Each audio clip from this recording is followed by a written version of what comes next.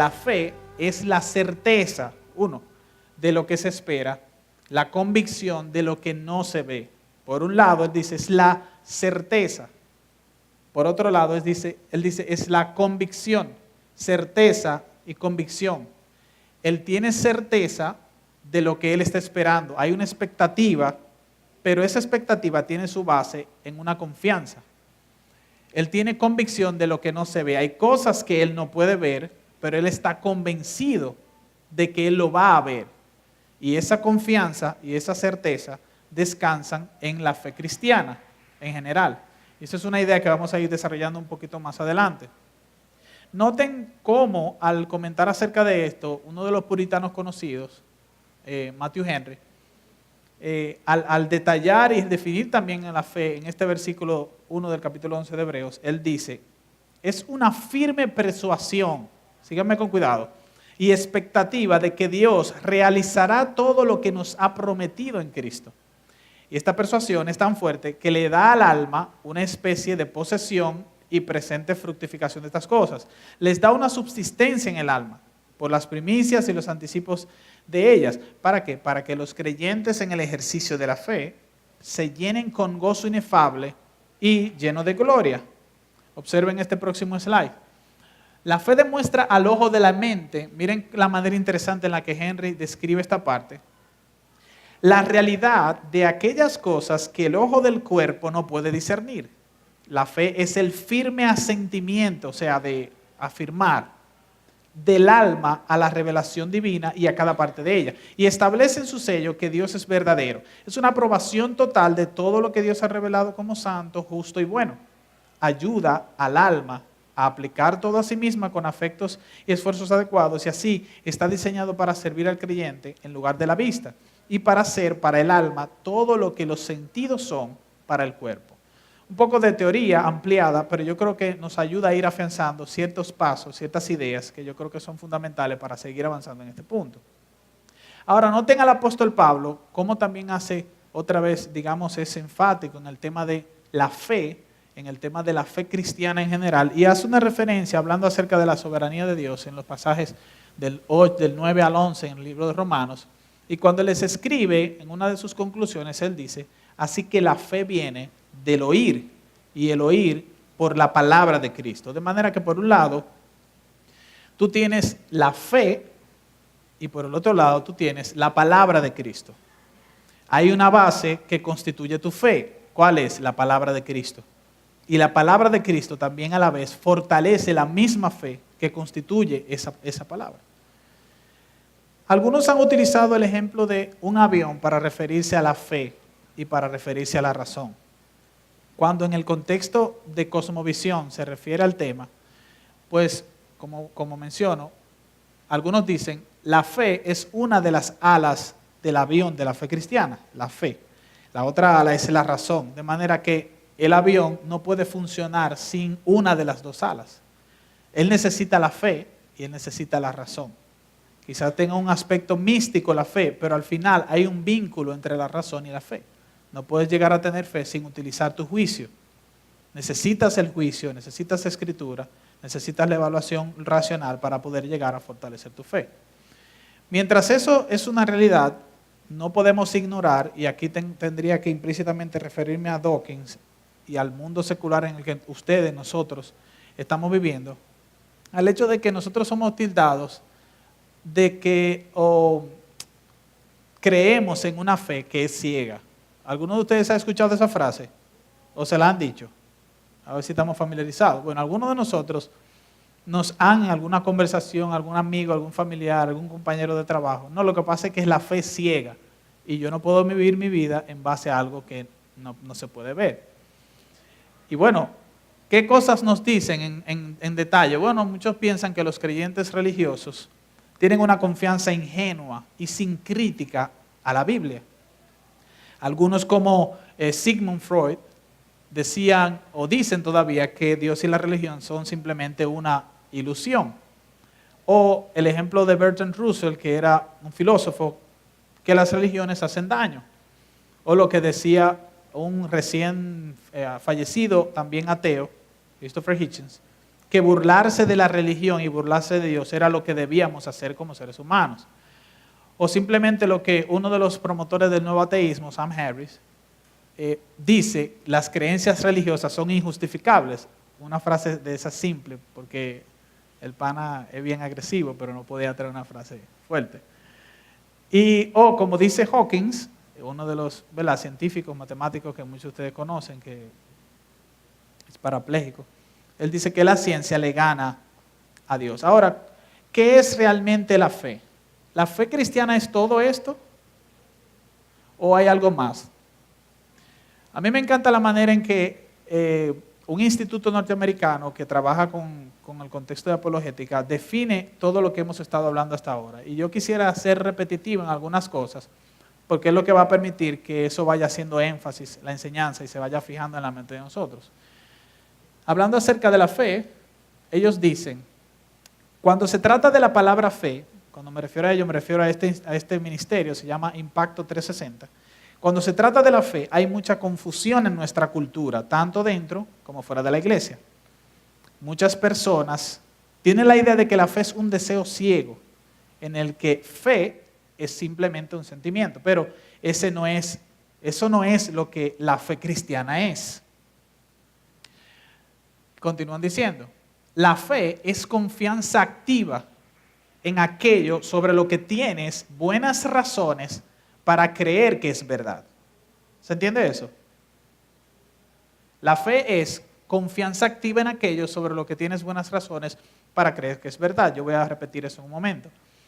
La fe es como dos alas de un avión. Ellos usan también el mismo ejemplo. Fe y razón. Y dicen, ambas cosas trabajan en conjunto. La fe es la parte de la confianza activa. La razón tiene que ver con el aspecto de investigación racional.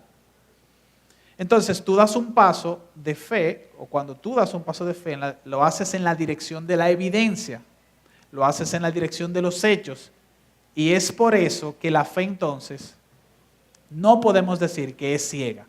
Otra vez, tu fe está basada en evidencia, tu fe está basada en hechos.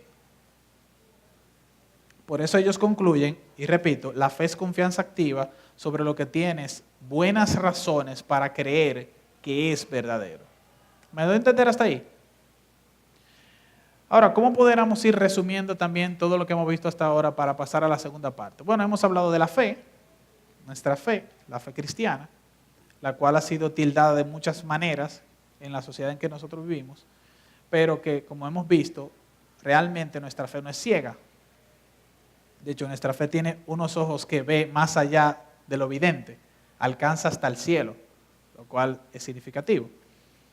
Y esa fe se basa en la Escritura. La fe es fortalecida por la Biblia, por la palabra de Dios. Y esa palabra de Dios, a ella nosotros nos acercamos con una investigación juiciosa. Y eso es lo que el texto de 1 de Tesalonicenses nos manda. Cuando Pablo decía, como mencionaba hace un momento, prueben todo, o sea, aún las doctrinas básicas de lo que le da fundamento a la fe cristiana, lo que el apóstol Pablo nos dice es, tienes que probarlo, tienes que usar tu juicio. Dios te ha dado el juicio, Dios te ha dado la razón. Y de hecho, el mismo apóstol Pablo tiene otras evidencias y tiene otros argumentos en el libro de Romanos capítulo 1 que después ustedes pueden revisar. Pero aún en Romanos, Pablo invita a sus lectores a examinar las evidencias para comprobar que hay un Dios. Un ejemplo de eso, y es uno de sus argumentos, es que él dice, ningún ser humano puede decir que Dios no existe, porque hay una revelación que es genérica a través de la cual Dios ha demostrado su poder y su capacidad de ser Dios. ¿Cuál es ese argumento? ¿Cuál es esa evidencia? Pues la creación. Los cielos cuentan la gloria de Dios, dice el salmista. Y por eso Pablo dice, todo lo que existe, todo lo que tú puedes ver, lo creado en el cielo, en la tierra, aún tú mismo como ser humano, es una evidencia de que hay un diseñador inteligente detrás. Como alguien dijo, todo diseño inteligente, ¿verdad?, tiene un diseñador inteligente atrás. De manera que hay una evaluación racional, o debería existirla, cuando nosotros nos acercamos a la Escritura, que es la que a su vez fortalece nuestra fe. Ahora yo pensaba, ¿qué es lo que mueve nuestros corazones? Muchas veces, para no ser absoluto, a realizar evaluaciones juiciosas de aspectos de la Escritura que tienen que ver con nuestra fe? Bueno, pues precisamente lo que estamos hablando, nuestras dudas. Muchas veces tenemos inquietudes que mueven nuestros corazones, nos mueven a tomar una decisión de yo necesito entender bien esto y por tanto hago preguntas. De manera que ahora déjenme pasar a la segunda parte de las dudas y la fe. Yo creo que las dudas, yo pudiera definirlas, esa es mi manera de verlo, como el asfalto con el cual yo construyo la trayectoria de mi fe. Mis inquietudes, para mí, las puedo ver como si fuera ese material que yo utilizo para crear la trayectoria, para crear la calle, como decimos, la avenida, que en este caso sería mi fe cristiana. Cuando tú revisas la historia actual o reciente, cuando tú ves la historia pasada, a lo largo de estos 2000 años, y cuando tú todavía vas al primer siglo y aún hacia atrás, tú te vas a dar cuenta que tú o yo no somos los primeros en tener dudas acerca de nuestra fe. Cuando digo que no somos los primeros en tener dudas, estoy dando por hecho que todos nosotros hemos tenido o todavía tenemos algunos aspectos de la vida cristiana, de la fe cristiana, que por alguna razón dudamos de ellos. Y siendo honesto, yo creo que pudiéramos abrir el corazón aquí.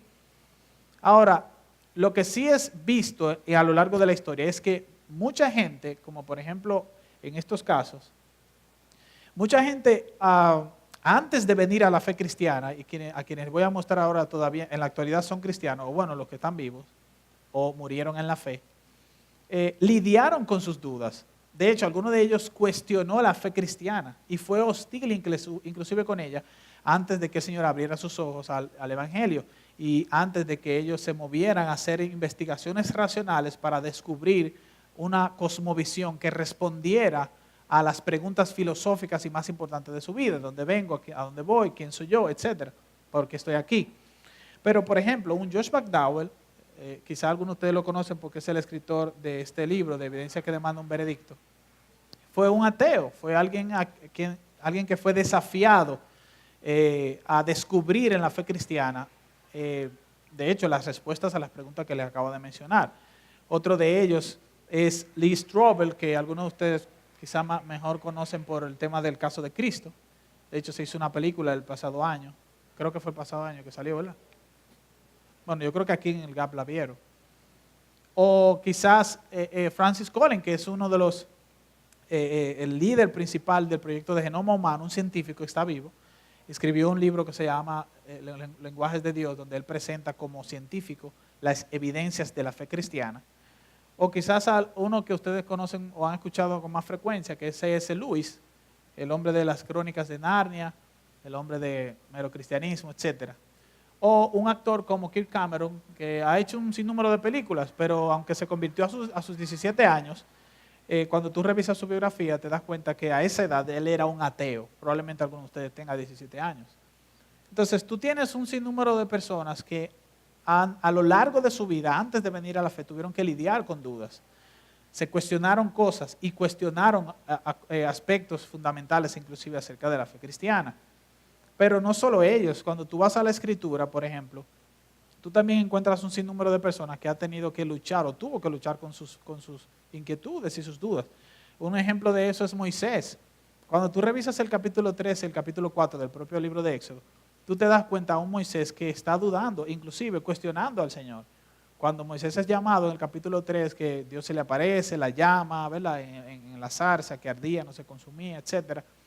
Pues él le dice, ven, yo te voy a enviar, pero y parte de las preguntas, Señor, ¿y tú crees que yo tengo dudas? Porque yo no sé si esa gente me va a creer, no sé si cuando yo vaya ellos van a responder apropiadamente. Y Dios tiene que pasarse casi 2, 3 capítulos tratando de convencer a Moisés de su realidad, de su poder, de su capacidad para poder lograr el propósito que él quería, que era sacar a su pueblo de Egipto y hacerlo un reino de sacerdotes y gente santa. Otro ejemplo que pudiéramos ver ya en el Nuevo Testamento es un Tomás, que tiene un contexto bien interesante, porque cuando tú lees acerca de la reacción incrédula de Tomás, todos conocemos a Tomás, ¿verdad? Sí, ok. Cuando tú ves un poco de la reacción incrédula de Tomás y la manera en cómo Jesús le responde luego de resucitar, le dice, bueno, tú tienes que ser un creyente, ven, mete tu mano aquí, húndela, entra aquí en mi costado, ¿verdad? y etcétera, ustedes conocen todo eso. Él le está dando evidencias para que él pueda ver y confirmar que Jesús había resucitado. Pero es interesante que cuando tú revisas esa historia y la comparas, por ejemplo, con la historia de Juan el Bautista, Jesús no responde igual. Y no responde igual porque en el caso de Tomás, a diferencia de Juan el Bautista, esta es mi percepción, creo, no estoy diciendo que eso lo dice la Biblia, pero eso es lo que creo. Tú tienes a un Tomás que pasó 3 años y medio, viendo a Jesús, el Mesías, hacer cosas que ningún hombre podía hacer. Entonces, si tú ves a un ser humano que resucita muertos, que predicaba como predicaba, tenía un testimonio intachable como el que tenía, a ellos él se les reveló como el Mesías al final de sus días. Sin embargo, a pesar de eso, Tomás no quiso creer. Los otros creyeron, las mujeres creyeron, pero él no quiso creer. O sea, él mantuvo en su duda. De manera que él fue un incrédulo, no necesariamente con una motivación apropiada. Pero tú tienes a Juan el Bautista, de quien Jesús también, o a quien Jesús también responde a una de sus inquietudes. Más adelante vamos a ver el texto. Y tú tienes a los hermanos de Jesús. Cuando tú ves en Juan capítulo 7, verso 5, Juan dice que Jesús, de Jesús, ni siquiera sus hermanos creían en él. O sea, ellos lo tenían en la casa. O sea, era el hermano mayor. Comían pan con chocolate juntos, comían, desayunaban, hasta que Jesús sale de su casa por entrar al ministerio. Pero la realidad es que ellos no creían en él. O sea, no es posible que este muchacho que duerme conmigo sea el Mesías. O sea, había dudas acerca de la realidad de Cristo. Y lo triste de todo es que nosotros no podemos decir que estamos o somos distintos a ellos. Lamentablemente, y particularmente en nuestra zona latinoamericana, pienso, todavía inclusive hacer preguntas sobre la fe es ser hostil o irrespetuoso acerca de ella. Yo recuerdo que yo estudié en la OIM, como algunos de ustedes saben. Yo recuerdo cuando yo estudiaba en la universidad, yo tenía amigos que tuvieron problemas. Tú vas a tener problemas. Que tuvieron problemas en sus congregaciones, amigos cristianos, porque ellos estaban estudiando en la universidad. Y tú dirás, wow, pero y eso es tan así, porque quizás ahora tú no lo vives. Pero hay muchos contextos evangélicos, quizás donde nosotros estamos no. Pero en nuestro país todavía, y aún en otros países, sobre todo latinoamericanos, que es un irrespeto tener dudas acerca de la fe y hacer preguntas específicas acerca de cosas que uno no comprende. Pero, ¿qué hay de malo en uno decir, mira, qué significa el supralapsarianismo para los teólogos? O por qué Mateo, yendo a algo más asequible, ¿verdad? ¿Por qué Mateo habla de 2 gadarenos y Lucas o Juan menciona uno? Ese tipo de preguntas, hay muchas, nosotros aquí las podemos hacer, ¿cierto? Y para quizás algunos de ustedes eso es normal, porque aquí tenemos, gracias al Señor, la dinámica de pregunten, eso es importante. Pero otra vez, hay muchos contextos donde todas esas cosas son, o sea, es como cuestionar la autoridad de los líderes, tristemente. O simplemente preguntarle a alguien o dudar y decir, mira, yo tengo dudas sobre el tema de la salvación, porque yo veo textos en la Escritura donde me muestra que la salvación no se pierde. Entonces, lamentablemente, o sea, cuando tú haces preguntas de esa naturaleza, tú tienes reacciones como que no, es que tú no puedes hacer preguntas como de esa, o sea, no es posible. Tú no puedes hacer preguntas de esa naturaleza porque tú, otra vez, tú estás irrespetando la fe. Ahora, eso tiene un contexto, o más bien, ese contexto tiene una historia. Y tiene una historia porque cuando tú revisas el siglo XVIII, siglo XIX, inicio del siglo XX inclusive, el siglo pasado, tú puedes encontrar el origen de todas estas cosas. ¿De dónde surge? Bueno, eso surge del movimiento fundamentalista. El movimiento fundamentalista fue un movimiento, valga la repetición, de que wow, pero fue un movimiento que surgió en reacción a la alta crítica. La alta crítica fue otro movimiento antagónico a la fe cristiana, obviamente, que comenzó a cuestionar la Escritura, en el sentido no de preguntar de forma apropiada, de forma sana, no de tener dudas y manifestar con un propósito santo, sino con el propósito de minimizar el poder de la Escritura. Ellos son los que promovieron, que todavía al día de hoy, muchos agnósticos sobre todo, sostienen que los milagros que habla la Biblia simplemente son místicas, son fantasías, son cuentos de hadas, entre otras muchas cosas. Para la iglesia poder reaccionar a esa crítica, que de hecho ese movimiento de alta crítica surge en la época de la razón y la época de la razón, ese movimiento o corriente de pensamiento decía y todavía sostiene que el hombre es la medida de todas las cosas. La mente del hombre es la última Coca-Cola del desierto, como nosotros decimos. Entonces, en esa época surge la alta crítica y luego que surge la alta crítica, surge un movimiento dentro de la iglesia que desea proteger la fe cristiana, pero lo hizo de la forma inapropiada. ¿Cómo lo hizo? Lo que hizo fue, dijo, no, espérense, nadie puede cuestionar la Biblia. Esta es la fe, a mí nadie me haga preguntas acerca de la fe. Lo que dice ahí yo lo creo y punto. Ustedes saben, como los caballos, que le ponen las dos cositas, yo voy para adelante, no importa. ¿Ok? Como decía alguien, bueno, iba a hacer un chiste, pero el chiste de la semana pasada a ustedes no les gustó. Entonces, como no eres por este chiste, no me va a salir bien. Porque yo no vamos a tener que orar por el don del chiste. Pero nada, el asunto es que tú tienes a este movimiento que lo que hace es promover el fundamentalismo. El fundamentalismo es, lo que acabo de mencionar, es no cuestiones. A Dios no se cuestiona. Tú no puedes cuestionar la Escritura. ¿Tienes duda? No, pues es un espíritu demoníaco que tú tienes. Fuera espíritu de duda. No es así. Dios nos ha dado un juicio, como veíamos ahorita, Él nos ha enviado, nos manda inclusive a probar lo que creemos.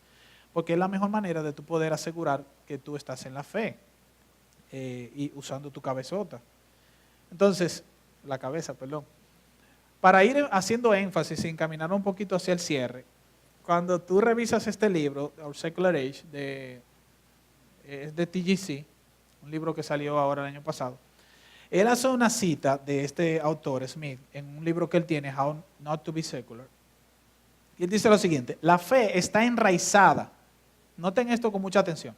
La confesión está obsesionada por un sentido ineludible de su contestabilidad. Eso suena muy filósofo, pero síganme con cuidado, ¿ok? Cuando habla de contestabilidad, lo que está diciendo es que la fe está dispuesta a responder preguntas en español. Y este es el punto que quería resaltar. Él dice, no creemos en lugar de dudar. Creemos mientras dudamos. Todos somos Tomás. Las dudas que tenemos no son un espíritu pecaminoso necesariamente. Pudiera ser, porque otra vez Tomás es un ejemplo de ello. Pero Dios quiere obrar a través de nuestras dudas. De hecho, Dios obra a través de ellas. Y lo vamos a ver en el próximo texto. Mira a Juan el Bautista. Yo quiero leer literalmente lo que Mateo describe cuando nos narra un poquito acerca de lo que sucedió cuando Juan estaba preso antes de ser decapitado. Él dice, esto es Mateo narrando, él dice, al oír Juan en la cárcel, habla del Juan el Bautista, el que bautizó a Jesús, de las obras de Cristo, el Mesías, mandó por medio de sus discípulos a decir a Jesús, ¿eres tú el que ha de venir o esperamos a otro? Espérate. ¿Quién es el que me está mandando a preguntar eso? Dice Jesús. No, es Juan que está ahí en la victoria. Juan, el Bautista, con B larga, el medio primo mío, el que nació 6 meses después, el que fue lleno del Espíritu Santo cuando su mamá me vio a mí por primera vez. El que hablaba con la voz de Elías, de hecho, el Elías, el último de los profetas, ¿es el que me está mandando a preguntar eso? En verdad sí. ¿Eres tú el que ha de venir? O sea, el que bautizó a Jesús, que vio una paloma, ¿se acuerdan? Descender, el Espíritu Santo en forma de paloma, ¿se acuerdan? Que vio que los cielos se abrieron, y una locura, prendieron los monitores de allá arriba o la bocina, y alguien habló del cielo y dijo, este es mi Hijo amado en quien tengo complacencia. ¿Ese es el que está dudando acerca de que Jesús es el Cristo? En español, sí. Si a Juan le pasó, por cierto, si no nos hemos dado cuenta, a ti y a mí nos pueden pasar también. Pero noten, y esto es lo que quiero resaltar, ante la pregunta de la duda de Juan, porque el tipo está en la victoria ya, quién sabe en cuál lado, y él se está preguntando cosas, él sabe que le van a arrancar la cabeza en cualquier momento. Y él dice, estoy medio chipeando, yo necesito validar bien esto. Y entonces manda a sus discípulos a preguntar.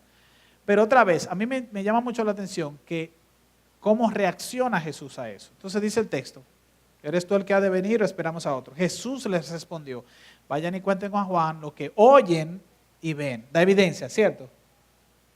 ¿Qué ustedes están oyendo y están viendo? Ok, ¿qué es lo que hace Jesús? En su respuesta, no solo ustedes tienen ahí, le dice, díganle ustedes lo que ustedes oyen y ven, sino que él dice, y cita, hace una referencia de hecho, casi literal, a Isaías 35. Y todo lo que tú ves ahí a continuación, que los leprosos quedan limpios, los otros oyen, los muertos resucitan, los pobres se le anuncia el Evangelio, es básicamente una cita de Isaías 35. Es una manera de él poder responderle a Juan, que conocía el Antiguo Testamento, qué era lo que estaba sucediendo con Jesús. En Isaías 35 lo que tú encuentras es un pasaje mesiánico, describiendo la labor del Mesías, de a quien Dios había autorizado para que fuera el Cristo en el futuro. Entonces, cuando Cristo le hace referencia, díganle a Juan lo que ustedes han visto y han oído. ¿Qué es lo que está pasando todo esto? En otra palabra, le está diciendo, yo soy el Cristo. Y esta es la evidencia. Usa tu juicio para tú poder validar que yo soy el Mesías. Otra vez, lo que me llama mucho la atención es lo que hace Cristo con las dudas de Juan. Y es lo mismo para nosotros. ¿Qué hace el Señor con las dudas? Con las tuyas, con las mías. Él responde. Interesante. Dios responde a nuestras dudas. Dios responde a nuestras inquietudes. Y yo quisiera aclarar, Dios no es alguien que está sentado en un banquillo de acusados y Él es responsable de responder todas mis preguntas. Él no es un siervo mío, Él no es el mago, es verdad, de la lámpara de Aladino. El mago es el animal, ¿cómo es? El genio. Él no es el genio de la lámpara de Aladino. Sin embargo, lo que sí podemos ver en la Escritura es que Dios, en su gracia, en su amor, responde a las dudas de sus hijos. ¿Tú tienes dudas? Dios responde. Entonces, a modo práctico, y con esto yo casi finalizo, ¿qué yo hago con mis dudas? Ya yo entendí todo lo que tú me hablaste, leo, vimos un chin de historia, vimos aquí, vimos allá, vimos algunos pasajes. Quizá un poquito claro para mí. Si no, por eso estamos grabándolo, para que lo vuelva a ver, que no va a haber chance de hablar mucho. O si no, me pregunta al final. Pero ¿qué yo hago con mis dudas? Bueno, aquí yo tengo, mientras pensaba en responder esta pregunta, quizás algunas recomendaciones un poco concretas para resumir lo que hemos hablado. Yo diría que en primer lugar, reconozcas tus dudas. Haz un inventario de las cosas que tú dudas acerca de la fe. Mira, hay cosas que a mí no me hacen mucho sentido. La Trinidad, el tema de la salvación, no sé, hay mil cosas que a uno le inquietan y cada uno de nosotros es distinto. Pero nosotros tenemos que ser honestos con nosotros mismos. Es decir, ¿tú sabes qué? Yo estoy cojo aquí. Yo no sé, yo sé que Cristo murió, pero no entiendo mucho de la justificación. O sea, haz ese levantamiento. Haz una lista. En segundo lugar, comunícalas. Acércate a alguien maduro, a algún amigo maduro, a algún líder. Si tú eres de aquí de la iglesia, tú gozas del privilegio. Nosotros gozamos del privilegio de que tenemos pastores que están abiertos a que uno le haga preguntas. De hecho, bueno, muchos de ustedes saben que el pastor, por ejemplo, Miguel, tiene un programa o una línea de recursos que se llama así. No es tan simple como parece, ¿se acuerda? Y lo que él hace ahí es responder la pregunta de la gente. O sea, porque todos tenemos inquietudes. Muchas veces no sabemos cómo manejar ciertas cosas o no entendemos bien ciertas doctrinas fundamentales inclusive de la palabra del Señor, pero están abiertos. Hay preguntas que ustedes se pueden acercar y hacernos a nosotros. Si no la manejamos, nosotros vamos a preguntar al pastor. Pero lo vamos a mandar a buscar, no es tan simple como parece. O preguntas al pastor, etcétera, cualquier recurso. Pero hay que comunicarlas. O sea, tú sabes que yo no entiendo bien esto. Porque de hecho para eso es la comunidad cristiana, es para poder crecer juntos. Y parte del objetivo del grupo de jóvenes universitarios es precisamente que nosotros podamos crecer juntos.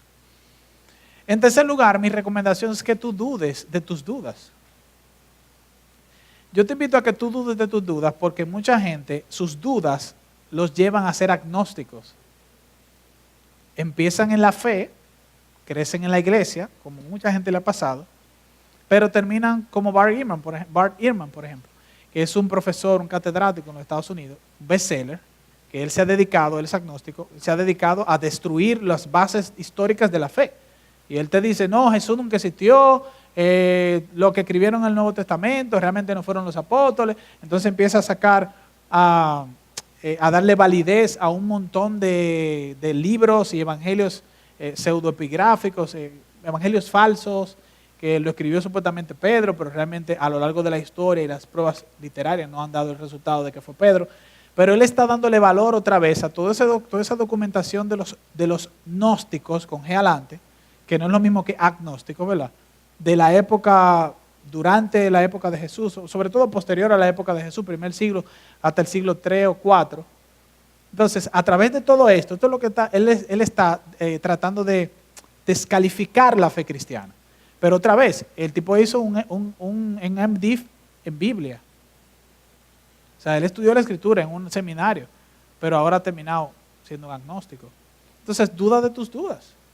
Así como tú dudas de ciertos aspectos de la fe cristiana, ¿por qué no dudar de que tú dudas de ciertos aspectos de la fe cristiana? ¿Me estoy dando a entender?